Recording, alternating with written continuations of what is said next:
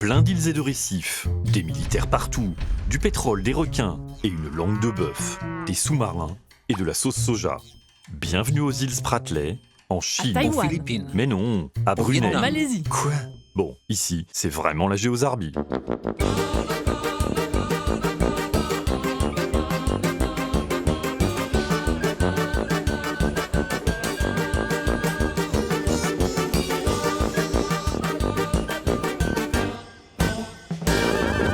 Jeu de go sur l'eau.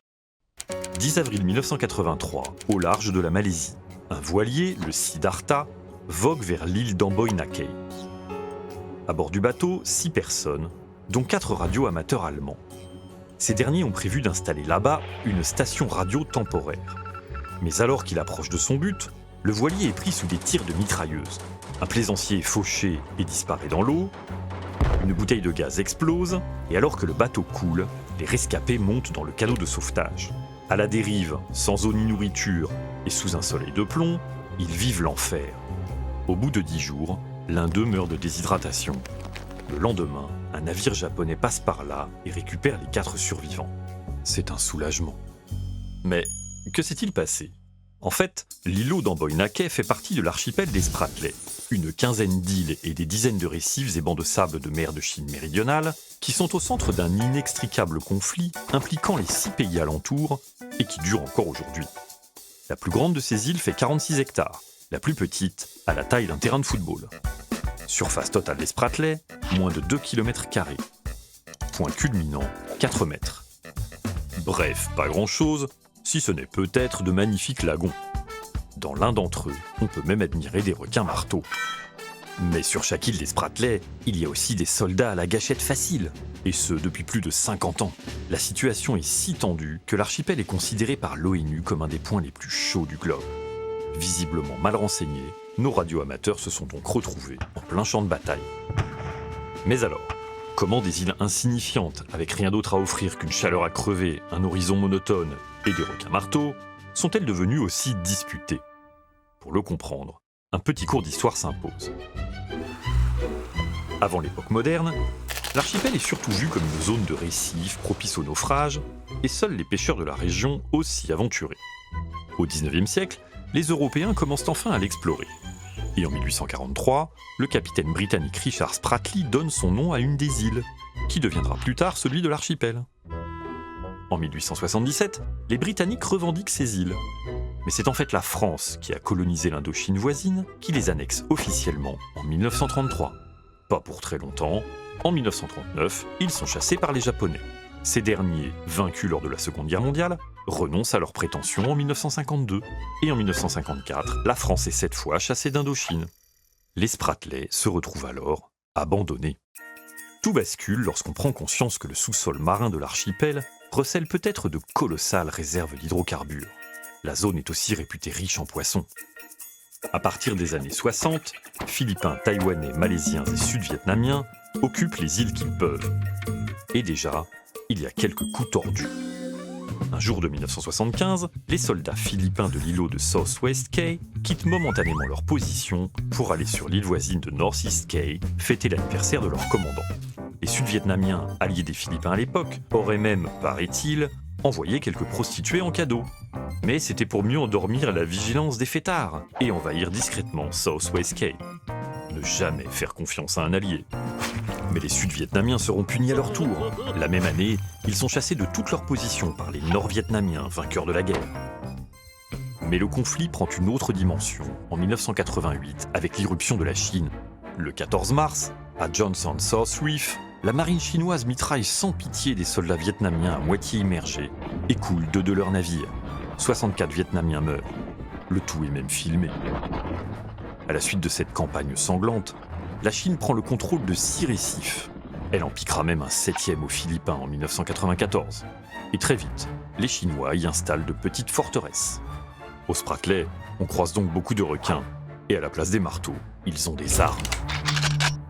Mais au fait, comment chaque pays justifie-t-il ses revendications ? Il y a d'abord le droit maritime qui dit qu'un pays peut se réserver 200 000 nautiques à partir de ses côtes pour son économie. 3 pays s'y réfèrent, les Philippines, la Malaisie et le sultanat de Brunei. seule manière de faire plier le droit, l'histoire. Les Vietnamiens, qui revendiquent à peu près tout l'archipel, parlent d'une possession datant du royaume d'Annam au XIXe siècle. Chinois et Taïwanais, qui estiment que tous les Spratlais leur appartiennent, invoquent ensemble l'époque où l'Empire du Milieu dominait la région. À l'appui de ces affirmations, une carte d'origine inconnue, censée représenter la frontière maritime de la Chine, est dite en langue de bœuf. Oui, un très très grand bœuf. Mais en 2016, la Cour permanente d'arbitrage de La Haye, saisie par les Philippins contre les Chinois à propos d'un récif voisin, a estimé que cette carte n'était pas valable, ce qui a rendu furieux les Chinois et les Taïwanais, mais aussi les Vietnamiens, qui ont senti au passage que leurs arguments ne valaient peut-être pas mieux. Vu l'ambiance au Spratlais, tout le monde s'est renforcé. À ce jeu-là, les Chinois sont les maîtres. Dès 2013, ils ont carrément transformé leurs 7 récifs impraticables en véritables îles artificielles et bases ultramodernes. 3 d'entre elles avec pistes d'atterrissage géantes pouvant accueillir des avions de chasse. Face à ce qui est surnommé la Grande Muraille de Sable, les Malaisiens, Vietnamiens, Philippins et Taïwanais n'ont chacun qu'un seul aérodrome. Et tout un tas de stations ou fortins beaucoup moins impressionnants. Celle-ci d'ailleurs, c'est Amboina Cay, celle de nos radioamateurs allemands, tenus par les Vietnamiens. On fait aussi parfois avec les moyens du bord. Ici par exemple, les Philippins ont volontairement échoué un ancien navire militaire en 1999. À l'intérieur de cette épave aujourd'hui rouillée, une petite douzaine de soldats montent la garde face à des gardes-côtes chinois qui font régulièrement le blocus. Car au Spratlais désormais, c'est un peu la Chine contre tous les autres. Et la tactique chinoise dans la région est celle de la patience. Assurer une présence constante et massive de militaires et de pêcheurs, et prendre ce qui peut l'être au bon moment. Et le sultanat de Brunei, au fait? Loin du cœur du conflit, les Bruneiens ne sont entrés en jeu qu'en 1992, et ils n'ont qu'une balise sur un récif. Devant les moyens chinois, on tente alors d'autres tactiques.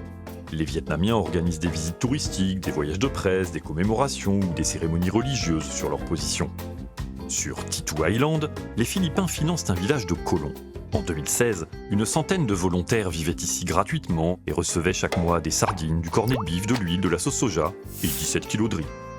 Et chez les Malaisiens à Swallow Reef, on accueille les plongeurs du monde entier, car c'est ici, effectivement, qu'on peut voir de vrais requins-marteaux. Et tout ça dans un même but, démontrer que les îles sont bien à ceux qui les occupent.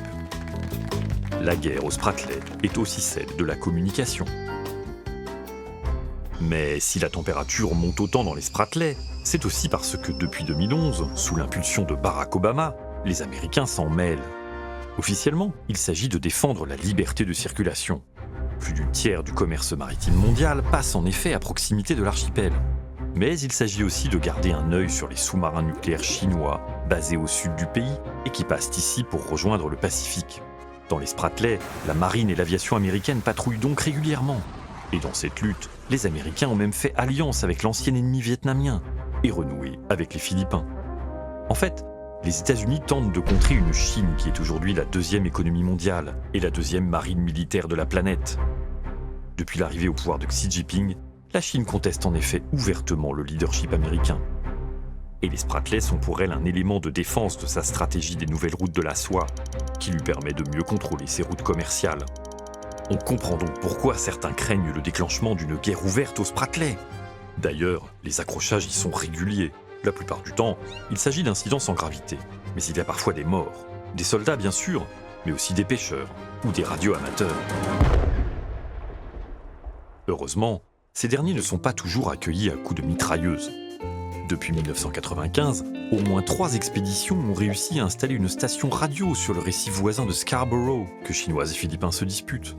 De là, ils ont pu établir des milliers de communications avec des radioamateurs du monde entier. Les ondes ne connaissent pas de frontières. D'ailleurs, au fond, pourquoi faudrait-il que les Spratlais appartiennent à la Chine, au Vietnam ou aux autres?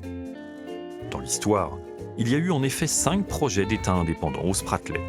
Pour être franc, ça a rarement été sérieux, mais l'un d'eux mérite tout de même notre attention. Il s'agit de la République de Moroc-Songkhati-Meads, qui, selon la légende, aurait été créée en 1877 par un capitaine inconnu, James George Meads. L'idéal de cette micronation était le suivant, permettre une existence paisible, loin des hostilités du monde. Eh ben, on n'y est pas encore.